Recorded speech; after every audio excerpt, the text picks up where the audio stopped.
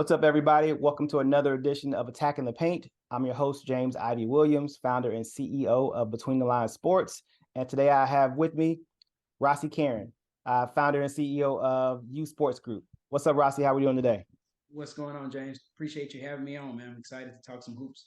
Yes, sir. Yes, sir. Thank you. Thank you for doing this. I really appreciate it. Thank you. No, it's all good.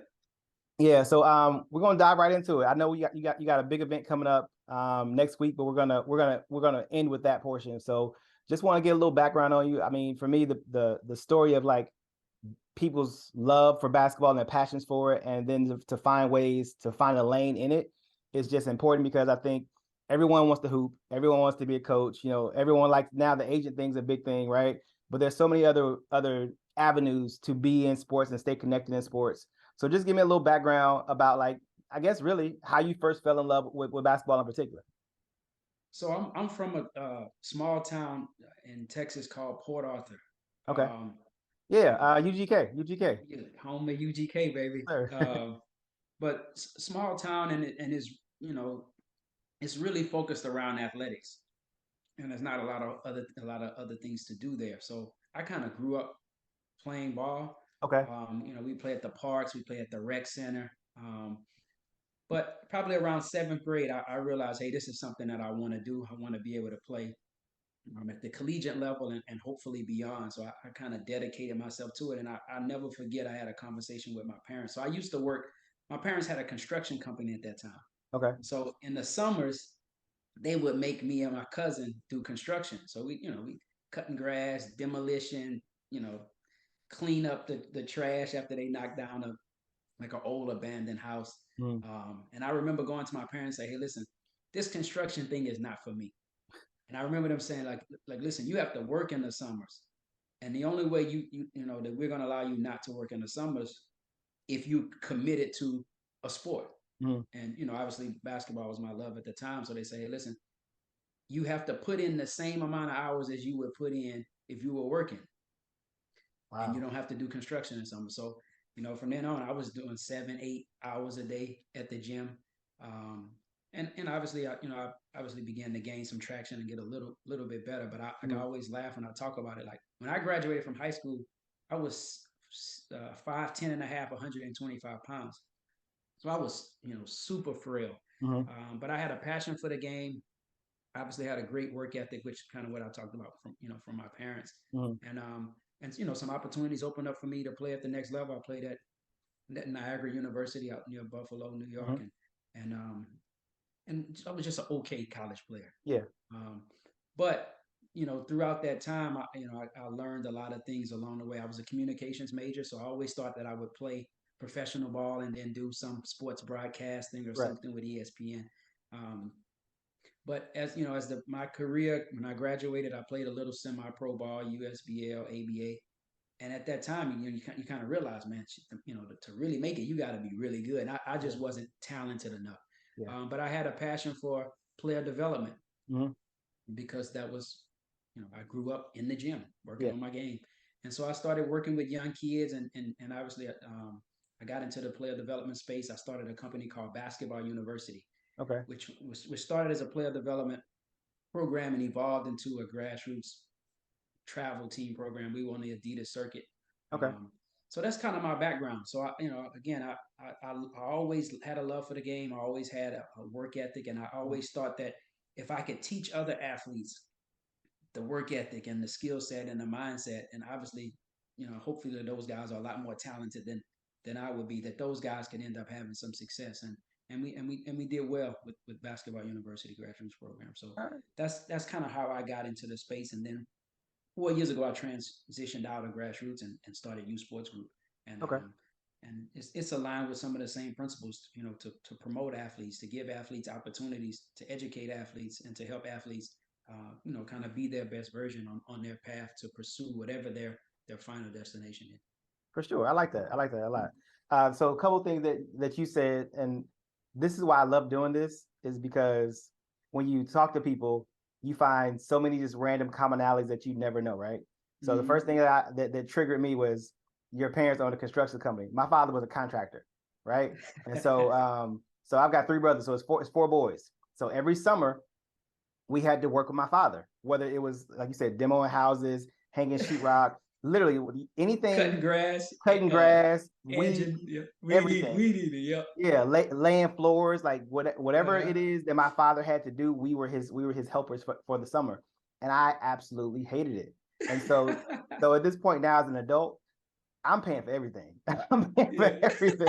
I'm the same way. Like I refuse to cut my own grass. Yeah. You know, I refuse to do work around the house because I felt like I did that growing up, and I was like, yo, Yep. that's not for me. Yep. I am look, I love it. And the thing is this, I'll do it if I have to. Like I'll surprise some people every now and then. Like, I know you could do that.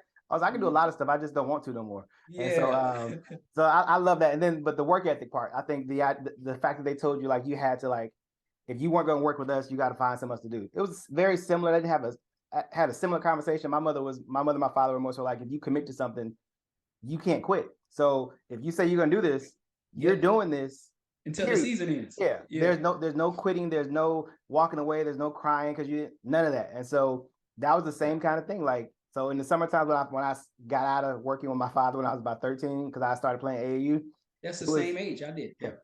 yeah. And I was like just I got to do this because I knew the other side of it was like I had to go do something that I absolutely dreaded the entire time. And I was like, Yeah. and then obviously, like you're in Texas, I'm in Georgia. Last thing you want to be doing is working in somebody's attic in the summertime. Yo, it's 100 degrees. Yeah, like so. You know, I remember one year he had a we insulated this lady's uh uh attic. She had like a 3,500 square foot attic. It was a huge house, and so but no insulation. So we're insulating the attic, but we got to wear long sleeves because of the Hey, fiberglass. it's that pink insulation, that Yep, big thick pink yep, that make you yep, itch. yep. So we had to wear long sleeves, gloves, things around your neck because you're gonna itch. And Yeah. I was like, this is ridiculous. And I'm like you, I'm slim, I'm short. Like last thing I need to do is lose any weight in the summertime. And so yeah, so that's crazy, man. But at the same time, I you know the passion to play. The other thing I like about it is while basketball was your passion and you definitely wanted to play, the recognition that knowing that okay, I may not be good enough for this.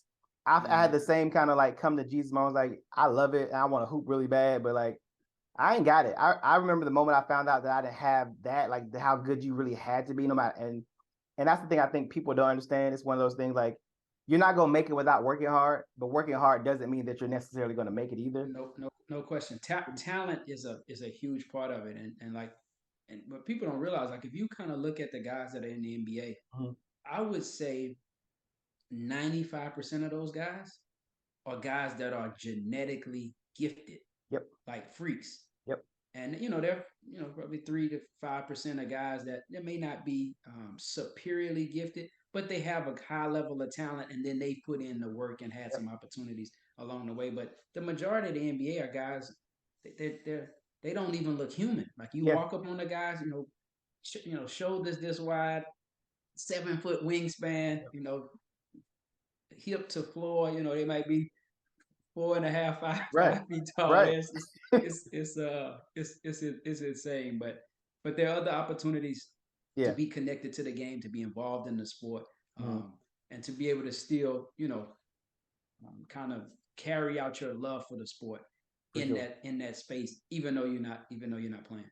For sure, for sure. Well, let's do this. You said you played at Niagara. We just talked about this off camera how dreadful the weather is there, right? But tell me the experience. Like I played college basketball at a small NAIA school. I loved it and hated it all at the same time. But tell me about your experience at Niagara. Again, coming from Texas, going up to northern New York. Like what's that like in the first place? Yeah, that was a shocking experience for me, and like anybody who's been to Port Arthur, like my high school, Port Arthur Lincoln, was 95% black. Mhm. When I went to Niagara, Niagara was at that time was maybe 5%, 6% black. Wow. So just the culture shock of that was incredible. Um, I would say yeah, probably about 6% black. So Wow. that was my first experience with college. It's like, yo, one is -10 degrees, and two, there are no black people here. Yeah. So just learning how to navigate that, to be in different environments, to be around different people, Mhm. um, and to still try to figure out, where you fit and how to have success there. I'm talking off the court. That Mhm. was probably one of the greatest experience that I had. Is just being able to be in any room with anybody and still feel comfortable, be myself, and still be able to have the level of success in that particular area. From a basketball standpoint, Niagara, was in the MAC conference, and so we were in the conference with Manhattan, Siena, Iona. So it was big time basketball, Mhm. and a lot of the schools that we were able to play, the surrounding kind of Power Five schools, Syracuse and St. John's and those Mhm. and those kind of bigger brand schools. It was a great experience to be able to go through that. Obviously you want to have a lot more success and play more minutes just like everybody else. Right. But I think it helped me as a person to learn to again to adapt to different environments, to work hard and to be able to kind of carve out my own lane. But as far as the weather, man, that's not for me. If I had to do it all over again, no way I would go to Western New York. Gotcha. Like that place, that the weather there, that's not for humans. Yeah. It's you have to be born with fur to live in that part of the country. I don't see how people grow up there and enjoy it and say they're never leaving. End up Like leaving. that's Yeah. yeah, like people love it.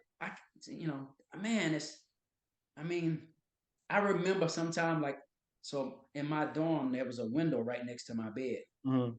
I would wake up for class and I would open that window and look outside. Nah, class. I'm not doing class No class today. today. I ain't, I ain't gonna be able to make. I ain't gonna be able to make it today. No, it's like that. I get that 100%. I would get that 100%. It's one of the weather is I you know what it is? I think genetically we tropical people. That's first thing, right? So like Yeah. some things we just like so the people like, oh, I love it here. I would never something wrong with you. That's the thing. Yeah. So the thing is this, it's not made for humans, but the humans that stay there, something's off.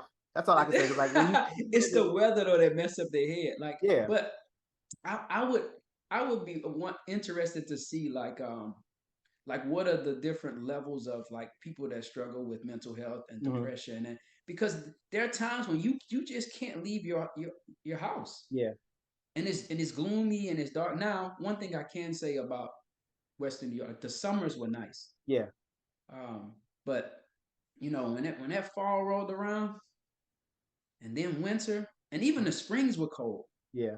It's again, it's I'm from Texas, so it just was a huge adjustment. But yeah, that weather is not for me, man. I couldn't live up. I couldn't live up that way anymore. No, I understand. I definitely understand. So again, like this again, that's why I love this. Like so you just mentioned being in a situation where kind of you're like you're like a fish out of water because you're not a minority. I mean, you're not the majority. You're definitely like a Mm-hmm. huge minority where you are. But what it did, it helped you understand how to navigate other rooms, right? Mm-hmm. And so I always say this: I can go into any room and be comfortable mingling with any subset group of people, and still be authentically myself. Like I'm Yep. not gonna change. I'm not changing anything, but I know how to navigate these rooms.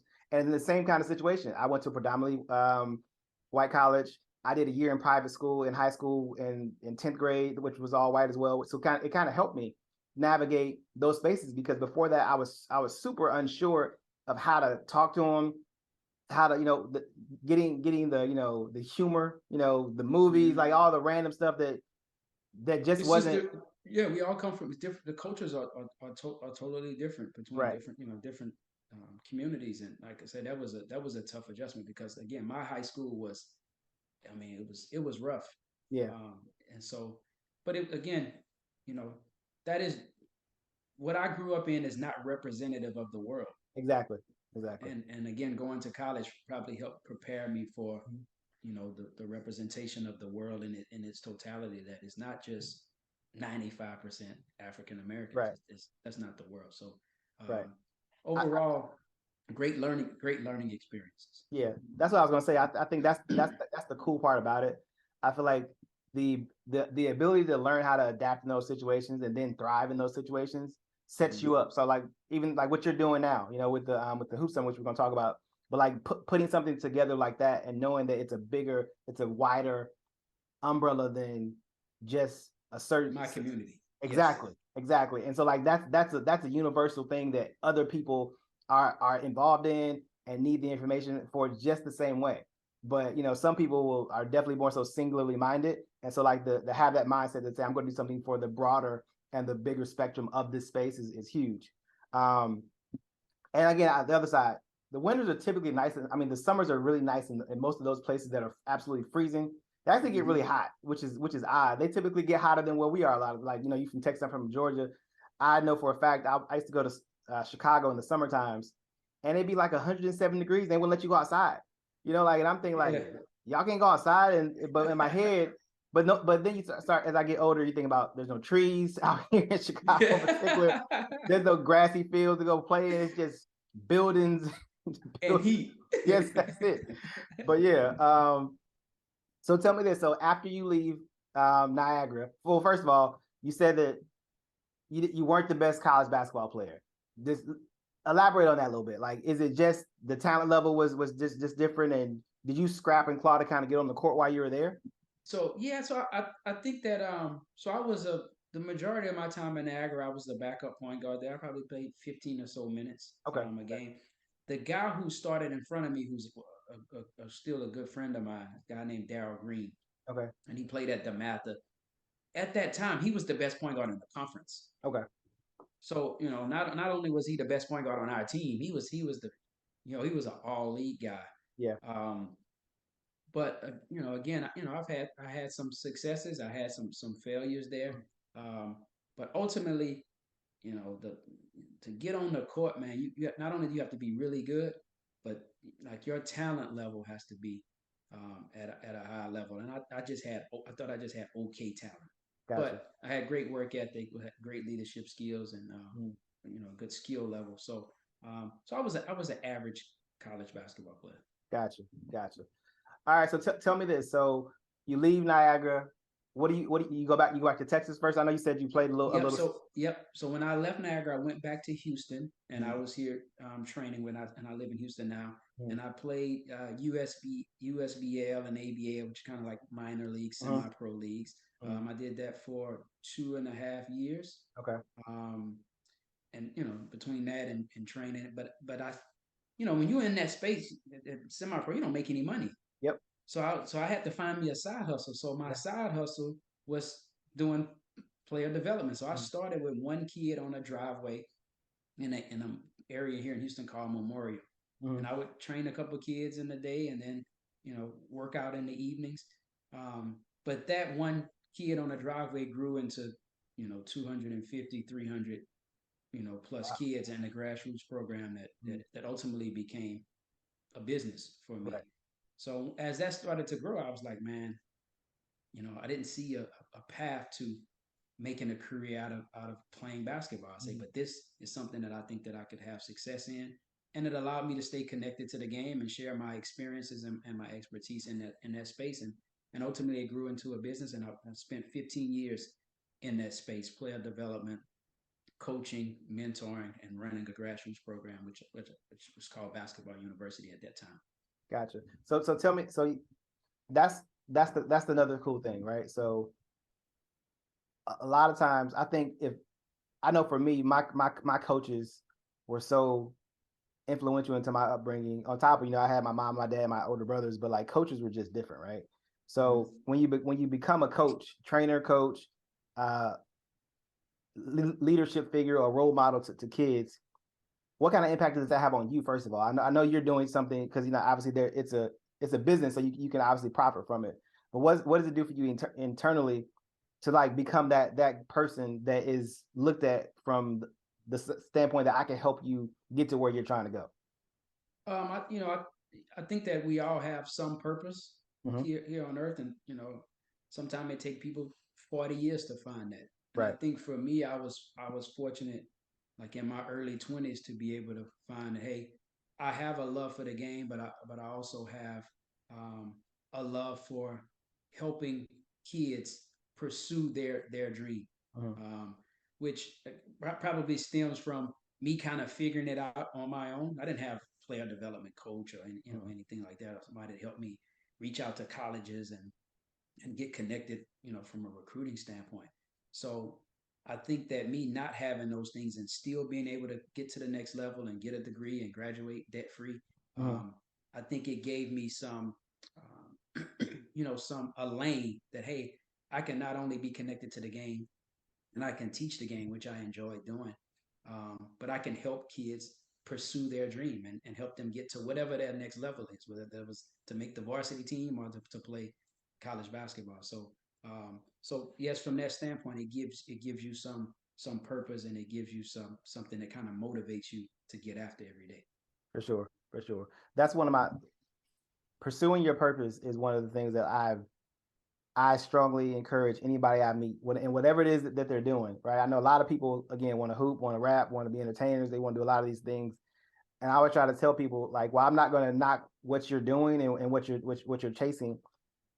Make sure you've found what your true calling is, because, and again, it's like you said, it takes some people 40 years to find it, but make sure you're on the path where you're actually finding something that you actually enjoy doing, something that you love to do, that you're actually talented in. Because waking up every day right now doing what I do, I have no greater feeling, right? And again, I found that when I worked in the NBA, I knew that it was something I wanted to do, but it was when I first got challenged about it, because I wasn't in control.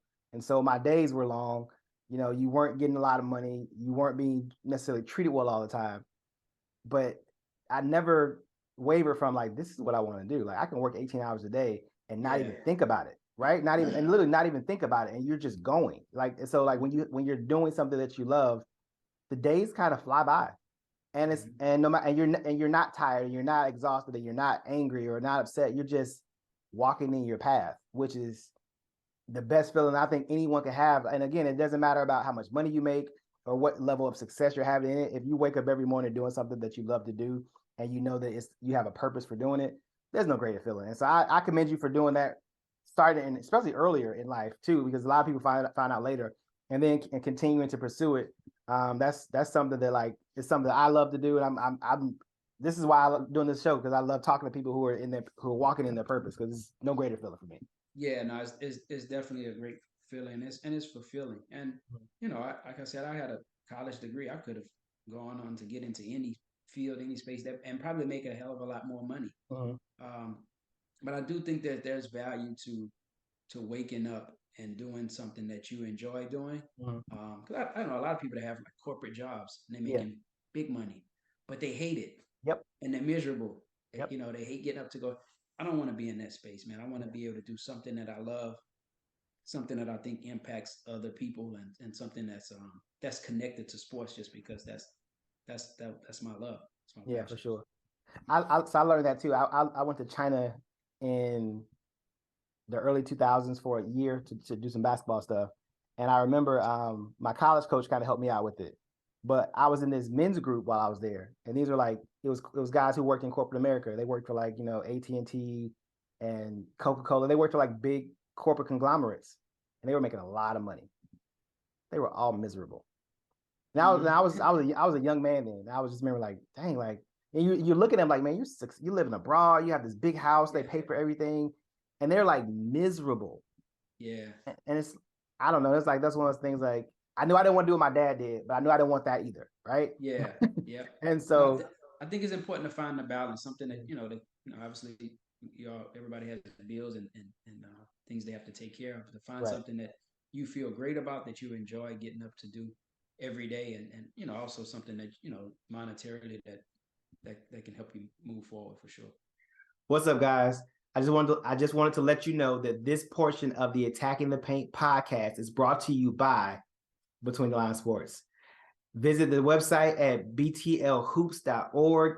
Follow us on social media at btlhoops on both Instagram and Twitter. And again, this portion of the Attacking the Paint podcast is brought to you by the good folks at Between the Lines Sports. Until next time, peace. So we talked a little bit about your upbringing, a little bit about your college experience, and your initial start as a professional in the sports field. Tell me about the Grassroots program that you started and how successful it became. As you said, you guys ended up on the Adidas circuit at one point. Yeah, so like I said, it started with one kid on the driveway, and it expanded to a couple hundred kids every year. And I never wanted to get into grassroots basketball, Mm. but just like most guys, if you have a group of kids that you kind of train and work in the, it only takes one parent to say, "Hey, we need a team for our kids, Yep. and we want you to coach it." So that's kind of how it got started. And I started with one team, and then I think we grew into maybe 16 or 17 teams. Oh wow. Um, and we were on the Adidas circuit. And I think from our time in grassroots, between player development and our grassroots program, we probably worked with over 100 kids who went on to play at the Division 1 level. Wow. And I was actually pretty proud last night. I got a chance to watch the NBA Jordan Rising Stars game. And one of our players from our program, Quentin Grimes, Yeah.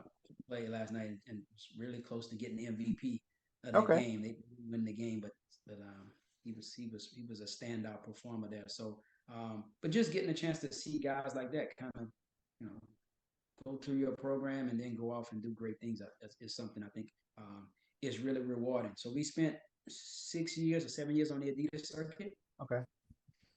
and then in 2018 I transitioned out of grassroots basketball and started U Sports Group. Okay. And U Sports Group is a sports management, marketing, and media company that provides solutions for events, Hmm. for athletes, and for brands. So ultimately, I wanted to take a lot of the same opportunities and skill set from my grassroots days, which is to help elevate athletes, to help elevate sporting events, and just do it at a different level. So the foundation of our company, we run college basketball sporting events. So double headers, triple headers, neutral site games is what they're called. And then we just provide some marketing and media services for brands and athletes. So I'm in a similar field, I would say, Hmm. but just doing it at a slightly different level. But it's something I'm really excited about. But all of my experiences in grassroots prepared me for what we're doing now with U Sports Group. So we're That's good excited stuff. about it. So and so when you just mentioned that, which I think this may be the first time I heard about you then, because you had an event this past year that involved Houston, right? In Houston, correct? Correct. So, yep. So the Battleground 2K Hmm. was this past December. It was a neutral site doubleheader in Fort Worth at Dickies Arena, Hmm. and it featured Texas A&M and Boise State in the opening game, and that game was on ESPNU. Hmm. And then the second game was Houston versus St. Mary's, and at that time, Houston was the #1 team in the country, and that game was on ESPN2. Okay. So the Battleground 2K. So we typically do anywhere from 1 to 3 college basketball sporting events per year, and that's kind of the foundation of the event side of our company. Okay. Okay. Well, so that's always been intriguing. Because I kind of watched that kind of stuff happen. Like that's for me as a scout, right, and a talent evaluator. That season, that preseason, those preseason tournament Mm-hmm. kind of events are the most important events that you can kind of hit because you're actually getting to see a couple things. You get to see multiple teams in one setting, which is great. So it's like AAU style. So you're not seeing just Yeah, one game. You get to see you anywhere from 2 to 4 games in a day in the same gym. right. Teams that probably don't normally play each other, and Correct. more so than anything else, talent levels in one gym at a high level that typically again you won't see in the same building. So typically, in the regular season start, you got to travel across the country to go see, you know, six first round prospects. At an event like Mm-hmm. yours, you're gonna see a bunch, right? Pretty quickly. And so that's the cool thing. So like Correct.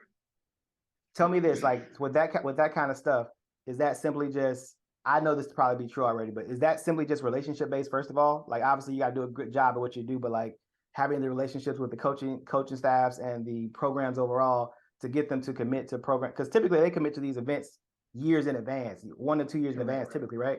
Yeah. Correct. Yeah. It's a combination of things. It's a combination of relationships. It's a combination of trust. It's a combination of some resume there. So I, before I got into college sporting events, we ran high school and grassroots events.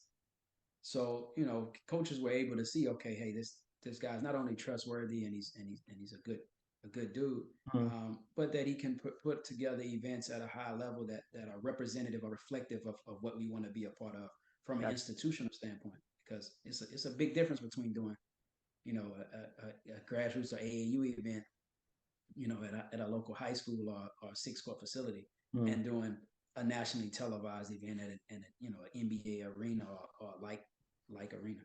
Mm-hmm. That's the thing that I think is so impressive to me about that. Again, being close to the space for a while, not a lot of people that look like you that do events like that. On the high school side, grassroots side, sure, but at the college level, I can probably count on one hand the guys that I know that do it, and it's probably not even all my five fingers. Yeah, it's not all your fingers. Like myself, that's one of my best friends is a guy who lives in Atlanta named Chris Williams. He does an event at State Farm Arena out in Atlanta called Holiday Hoops Giving. Yep. It's a big time event. He does a terrific job, but yeah, it's not a whole lot of African Americans in that space. So obviously, when you do events, you want to make sure that not only you do a good job for your company, but that you're representative of the African American community. Hey, we can do some things in this arena as well. For sure.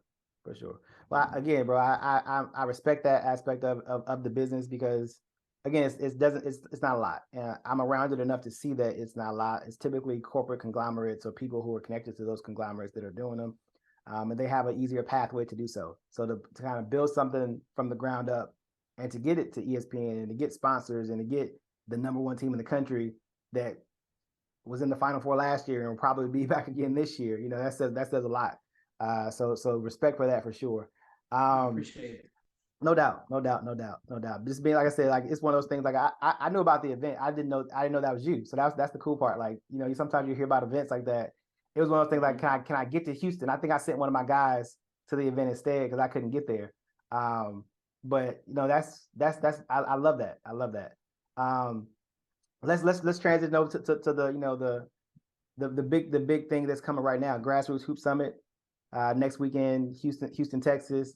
Tell me a little bit about it. Tell me how you birthed this idea and how it came to be. So Grassroots Hoop Summit is next weekend, Sunday, February 26th, here in Houston, Texas, at the Hilton Houston Post Oak. And it's just a grassroots platform that was designed to educate student athletes, parents, and coaches about the journey of grassroots. And how to navigate that process. And really that hits home with me because that's the space that I lived in for 15 years. Right. Everything from like how to manage the recruiting process and player rankings. What do they mean? How valuable are they? How important is it to be ranked or not to be ranked? Player development, growing your game, how the game has evolved. Like skill sets that were tremendously important 5 years ago are maybe not as important today. So what things should you be working on as a student athlete that translate to the collegiate level and beyond? How to market yourself as an athlete, mental health. We have an array of things that for people that are involved in that space, so whether you're a player, a parent of a player, or a coach or mentor of someone in that space, this is an event that you must attend. And it just was birthed out of when I got out of Grassroots 4 years ago. Parents were still calling me, still to this day. I bet I get at least 1 or 2 calls per day. Wow. About various things. Hey, these 5 schools are recruiting us. Hey, do you know these coaches? Who's trustworthy? What do you think? My son is getting recruited by these 6 or 7 AAU programs. Which one do you think is the best? So just getting those types of questions say, hey, people need information. And people need to be educated as they go through a very important process that's stressful. It's a lot of uncertainty in it. And it's so much emotion in it because parents want the best for their kids, but most of them have no idea how to help their kid to have their level of success. Because you know what? Everybody not going to play at the Division I level. Everybody not going to play at the Division II or NAIA level either. But there is an opportunity to kind of figure out where you fit in that space and to achieve your best level of success. So that's what this summit was birthed out of, is to help people navigate the process, to have the information they need so that they're not so anxious and uptight and furious and upset. I mean, that grassroots process bring out the worst in people, man. Make people crazy. Oh, Lord. Hey, boy. Hey, you ain't never lied. That's what I can say. Listen, it is a monster in itself. And the sad part is I feel like it's a monster, not for the majority. Well, not because of the majority. There's a few people or a few groups of people that make it a little bit more difficult than it has to be, because more of the people you come around and interact with, they're typically good people that just simply want to help. I mean, for the most part, people are doing this for free. They're volunteering their time. They're trying to help kids, get recruited, just have an opportunity to play sometime because maybe they didn't make the team that they wanted to play for. So whatever the case may be, but because AAU isn't all bad. I don't believe grassroots basketball is all bad. I don't believe that it's a negative. It is as negative as people sometimes make it seem. But although I do know there are certain people who pray and manipulate the situation sometimes for kids, which is unfair. So I think providing the right information, the correct information, uh, pushing people to the right people, the good people, the good folks in it who are actually doing it for the right reasons. Those are the most valuable things that you can have. And sometimes, like you said, if you got a kid who maybe just popped, right? No one knew him, and then 6 months later, everybody's on him, and then the parents are like, whoa, whoa, whoa, I don't know what's going on. Who are you? Why are you calling me? That's how it happens like that. Yeah, and exactly. And every year, my son's 13. I don't know what you're talking about. He's not even in high school yet, that kind of stuff.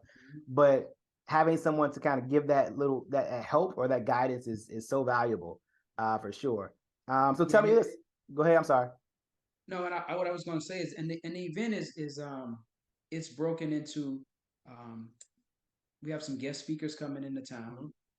So it's guest speakers, panel discussions, and Q&A sessions. So it's going to give the attendees an opportunity to ask questions and to get information and to leave there with the information that they need.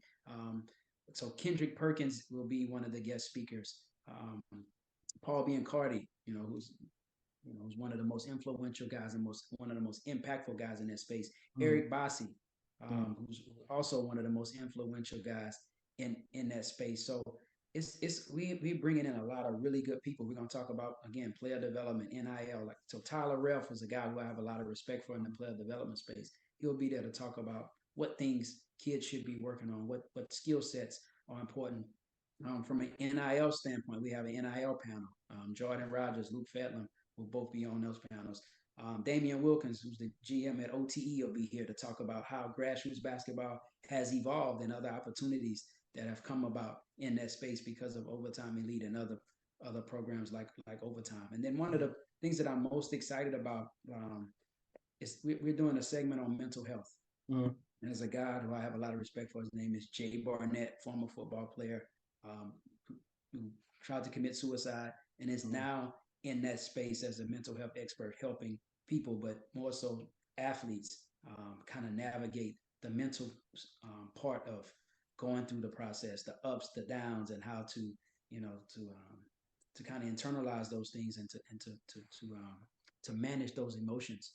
So there's something here for everybody. I'm going to do a segment on how to build a grassroots program and kind of share all of the information from me starting with one kid, to being an Adidas sponsored team, traveling around the country with 5-star players. So it's a lot here, a lot of information, and I think it's going to be something that's really beneficial to people along their journey. Gotcha. That's good stuff, man. That's why I was going to ask you about the panel, like who you having coming. So you've got some heavy hitters for sure. But let's jump in a little bit about this part that you said you're most excited about, the mental health aspect. It's a trending topic for one, but it's also, I think, a topic that's been overlooked and ignored for years. I mean, honestly, not even years, generations have ignored mental health. I mean, for the most part, it wasn't even a real thing until maybe the past 10 years, where it's become more acceptable to talk about. And honestly, in our community in particular, it's been taboo for forever. Forever. So when you think about, especially the basketball space, the majority of the people, you talk about college basketball and beyond, are African American kids. And how it is, man. You grew up in the African American community, man. It's just about being tough and being macho, and can't show nobody you weak, or you can't be a punk, or any of those those things. So I think that for people to be talking about mental health, like I never heard of Black people going to therapy until recently. You know what I'm saying? Like, and that's a shame. That's a shame. Yeah. So to be able to have the information and the shift in mindset that, hey, listen, everybody needs some level of support, and it may not be sitting on a couch for therapy, but you got to have an outlet where you can discuss issues and be able to talk through them and to share them with friends or family without judgment, Yeah. because like life is hard enough, but when you add in the pressure of student athlete, when you're playing on television and you're trying to make a team and you're traveling, and and people on social media now, you lose a game, people throw you under the bus on social media. Immediately. There are a lot of things that go into the preparation and the journey of an athlete. So I'm happy that people are discussing outlets and opportunities and avenues for people to be able to be able to grow, not just as a player, but to have the mental strength and emotional support to be able to get through it without going crazy. For sure. So I'm excited to hear Jay Barnett speak on this topic, and I think people are going to be, as they would say in the church, I think people are going to be blessed by the information that he's sharing, because we all have our things that we need to work through. For sure, for sure. It's one of those things I've kind of, as you get older and you start to mature a little bit more, you always kind of like, you kind of think like you become wise, a little bit more wise, a little bit more adept of what's going on around you, right? And the one thing that I kind of learned growing up was that, like, my parents did the best they could, but they could only give me the tools that they were taught, right? You pick up some stuff along the way, the personality that you kind of developed and the person that you are, you take some of those with you and you kind of grow. But from that point on, you're literally kind of on your own. I think what therapy does for a lot of people, and I'm not ashamed to say I've been, it's definitely helped me. And the best part about it, you get the tools that you didn't have, right? And so now, and so like once you get the tools that you have, now those tools are, like they say, every tool can be a weapon if you hold it right. And so once you get the tools and you can kind of adapt them to your life, now you can use those things and navigate the world better. You can interact better. You can accept failure or rejection or successes and not lose yourself on either side, right? And so there's so many different things I think are so valuable about therapy in my opinion. And so that's huge, because I have conversations with kids, or I have a daughter myself, talk to my daughter about stuff, and you just want to kind of you want to pour in and give them the tools that worked best for you. And again, also having them understand that, like, hey, listen, I'm telling you this because it worked for me. It doesn't mean that it's going to work for you this way, but maybe you should consider thinking about this, or this, and then maybe one of those things will give you a better outcome than what you've been doing previously. And so I think that's so important, man. So I respect that as well. I really do. Yeah. I don't, and it's funny, and I'm just kind of talking about like the African American community and therapy. Like, I don't even remember Black people talking about mental health or therapy until COVID. To be honest with you, like, I'm 42 years old. Like, I never remember as a kid growing up knowing anybody who went to therapy, and shit, we probably all needed it. Yeah, seriously. Seriously. Yeah. So until COVID, and people were able to kind of sit with themselves and reflect and to say, hey man, I'm struggling with this, or there's a challenge here. What can I do? I don't remember it. So I think that it's something that's, I'm glad that it's being brought to the forefront, especially not just in African American community, but in the space of athletics. You're hearing more and more athletes talk about their struggles and how they are kind of navigating that and learning to deal with success and failure in a way that's positive. For sure. All right, cool. For me, this is, I think that portion of it, on top of all the other information that you're gonna provide, how to build a grassroots basketball program, NIL, name, image, and likeness, the importance of that, the importance of building your own personal brand, because now kids, the fact that you can now garner NIL money means you have to really focus on what your brand is and what you stand for, even though it's hard because there's kids, right? So you can see a kid at 14 and then 16, they're not the same kid. See a kid 16 to 17, they're not the same kid, and so on and so on. That stuff continues to change throughout your life. Most people kind of want to put you in a box. And the thing is this, the box is I say you can put somebody in the box, but the top has to be open for them to jump out or to move out of if they so choose, because there has to be some sort of evolution in a person. And so, but like getting kids to understand that, okay, identifying what you represent now, what you even like now, and then finding people that maybe want to work with you because you guys have like-minded thought processes, which is all that, this is all branding and marketing really is like finding people that kind of align with how you think, both sides, and see if you can profit from it. So that's pretty cool. That's pretty cool. How long is the summit? Is it a 1 day, 2 day, 3 day? How long is the summit? So the Grassroots Hoop Summit is a 1 day event, and Okay. we have it broken up like a basketball game. So there's a first half, which is kind of a 2 hour segment. There's Okay. halftime, which is 30-minute lunch break, intermission, and then there's the second half. And I know that people that are in attendance are going to be, like I said earlier, going to be blessed. Yeah. But just the tools and information when they leave there to be able to say, hey, here's how we thought about the grassroots process before, but here's probably the direction that we should be heading for our particular child or student athlete. So I'm excited about it.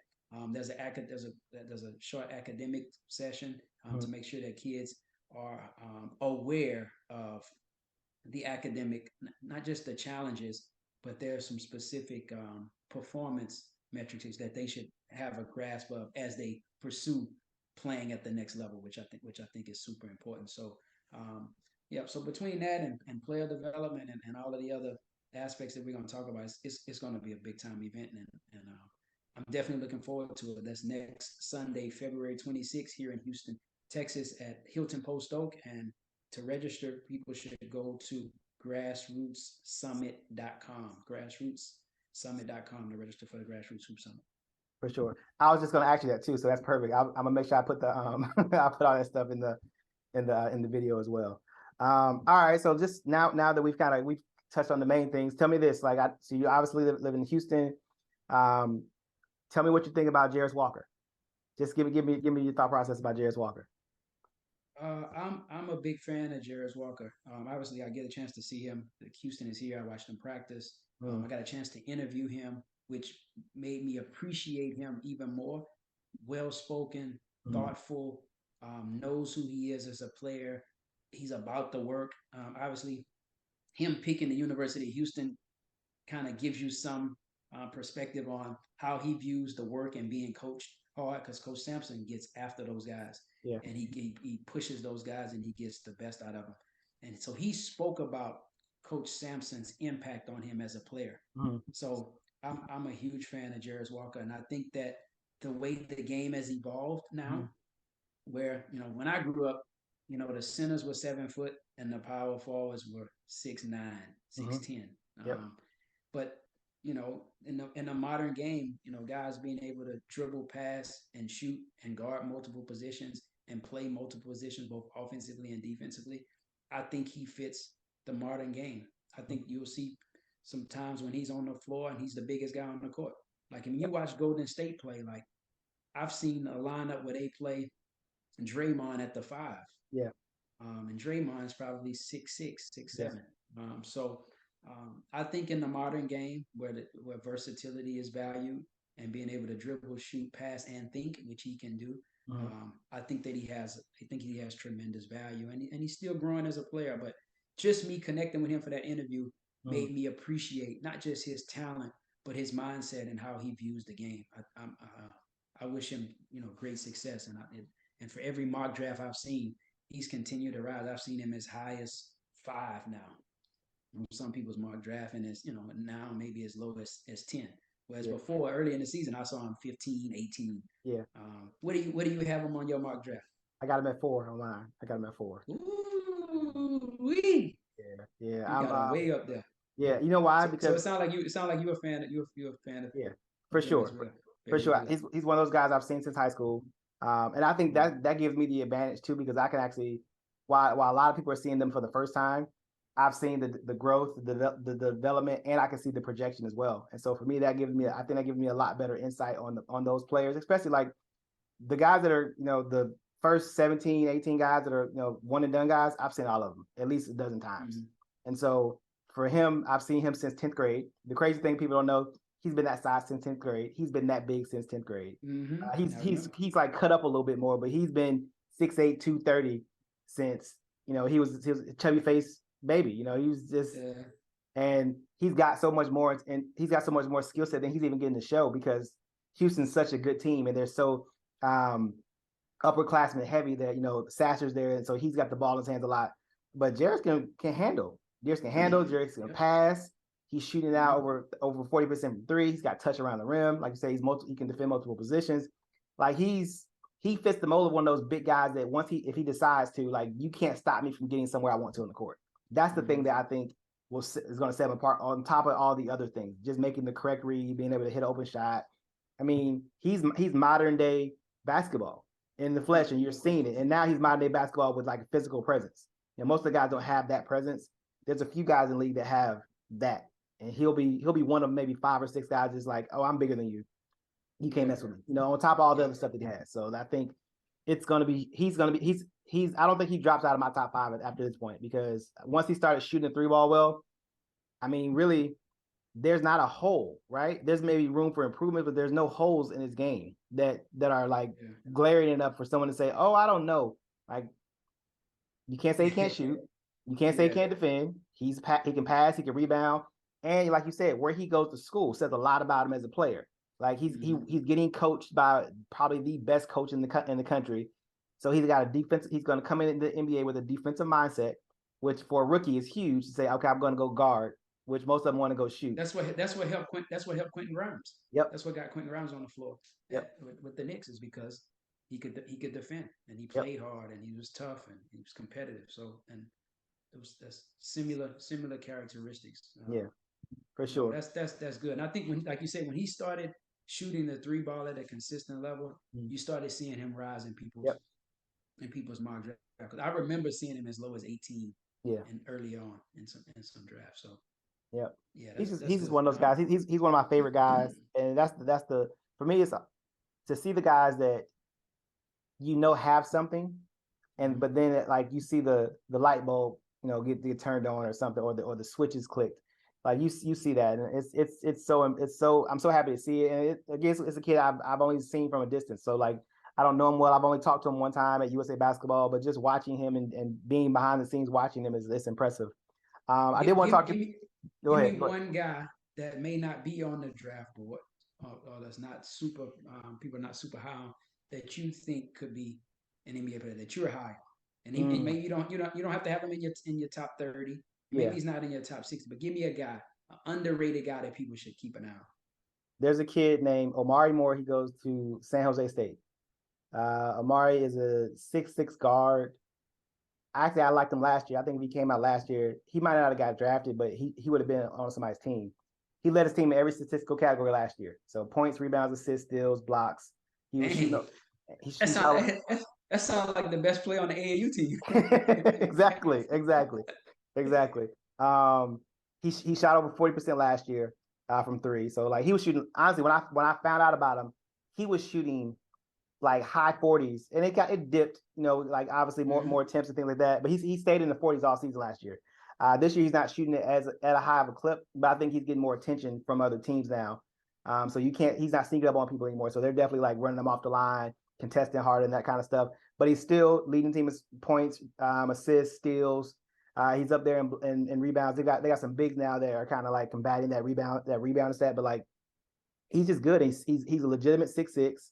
And he's kind of modern NBA as well, like rebound, defend, pass, shoot, defend multiple positions, play multiple positions on the offensive end. Like he's an NBA player, and whether he gets drafted or not, he's going to be on somebody's NBA court. And so he's probably my sleeper of sleepers. And I'm gonna hold on to him for sure. No, that's good. I like that. That I kind of follow and watch and say, hey man, maybe not this year, but maybe not next year, but at some point this kid is gonna have a chance to play NBA. Yep, he's probably the one for me. Like I like him a lot. Yeah. My one is a kid. He played with me in Grassroots. A kid named LJ Cryer at Baylor. Yeah, I know LJ Cryer. Yeah. 6'1" guard. I would put him as probably one of the top 2 or 3 shot makers in the country. I think he's maybe second or third in the Big 12 in field goal and first in 3-point percentage. and he reminds me a lot of like. So I watched Patty Mills when he was in college at St. Mary's, and it's very similar. 6'1", maybe not super athletic, but elite shot making, and I think there's always a place for that in the NBA. And Patty Mills, he doesn't really play the point much. Yeah. He's just a guard. He's just on the court. And what I like about Patty Mills and LJ is that it doesn't matter who they're playing with. They play the same. They are who they are. They don't hang on. They don't dominate the ball, but they shoot at a high percentage. They can space the floor. They have in between game. I think that LJ Cry at some point is going to have a chance to be in the mix in the conversation for guys that play at the next level. So that's my sleeper. I like that. I like LJ too. I do. So he's a guy that I'm definitely keeping an eye on. The Patty Mills comp is great though. I'm letting you know I'm gonna steal that. The Patty Mills comp. I'm still. Well, I mean, that's a really good comp. Literally, like even if you go back and look at Patty Mills' college stats, yeah, they're really similar. Averages, points, their splits is really similar, and neither one of them play full-time point guard. Yeah. Just you put four guys out there and you say, shit, I need you. Okay, Pat, you jump in. Yep. You know what I'm saying? And they can guard, ones and twos and they make shots and they're elite shot makers. Some guys can make shots on catch and shoot. And some guys can make shots off the dribble. And they can make shots off the dribble, catch and shoot with range and floaters and runners kind of in between games. So those guys to me kind of mirror each other, and I think that if the right opportunity is there for LJ, can have that same kind of impact. For sure, I agree with you 100%. That's a good call. They got a big game today. They play Kansas today. I'm watching that game. That's a big game. Yeah, because I like the kid on Kansas too. The kid Jalen Wilson on Kansas too. Jalen with another Texas kid. So all of those kids, man, I watched those guys all come through Grassroots in the same time that I was in that space. So it's good to see those guys. For me, those Texas guys having success at a high level. Big 12 to me is the number one conference in the country right now. Yeah, I agree with you on that. Top to bottom, talent level, everybody. I mean, it's dangerous in that league. That's what you call it. It's dangerous. Like at any moment you can get beat. Yo, you could be a good team and lose 5 games in a row just because everybody else is so good. So that's a great league. I love the SEC as well. So good stuff. Well, Rhossi, that's all I got for you, man. I definitely appreciate your time. This has been fun. This is a good way to get to know people. So I definitely appreciate you opening up and sharing a little bit of your story, telling me a little bit about just your, what you got coming up and everything. And hopefully I'll get to meet you in person soon. I think I'll be out in Texas, in Houston in particular for McDonald's and or Final Four. I haven't decided if I'm going to do both or one or the other yet, but I'll be out there for one of the two for sure. Well, if you're here, let's definitely connect. And I'm having an event for Final Four, so you definitely I'll send you that info. You got to come through. For sure. I definitely appreciate that. You enjoy the rest of your Sunday, and I will let you know when this drops. But I'm anticipating a Wednesday drop for sure. That'll work. I appreciate you having me on, man. I enjoy talking hoops with you, and we'll stay connected. Yes, sir. I'll shoot you my number on Instagram too. Okay, that'll work. Right. Have a good day. All right. Thank you. Yep. All right, guys. Thanks for tuning in to another episode of Attacking the Paint. I'm your host, James Ivy Williams, and we just had a great guest, Rhossi Carron, the founder of Youth Sports Group and the founder and co-host of Grassroots Hoop Summit. Stay tuned for more content. Between the Lines Sports is going to be providing. Our mock draft is out currently at btlhoops.org. Follow us on social media at BTL Hoops. And until next time, we'll talk to you soon. Peace.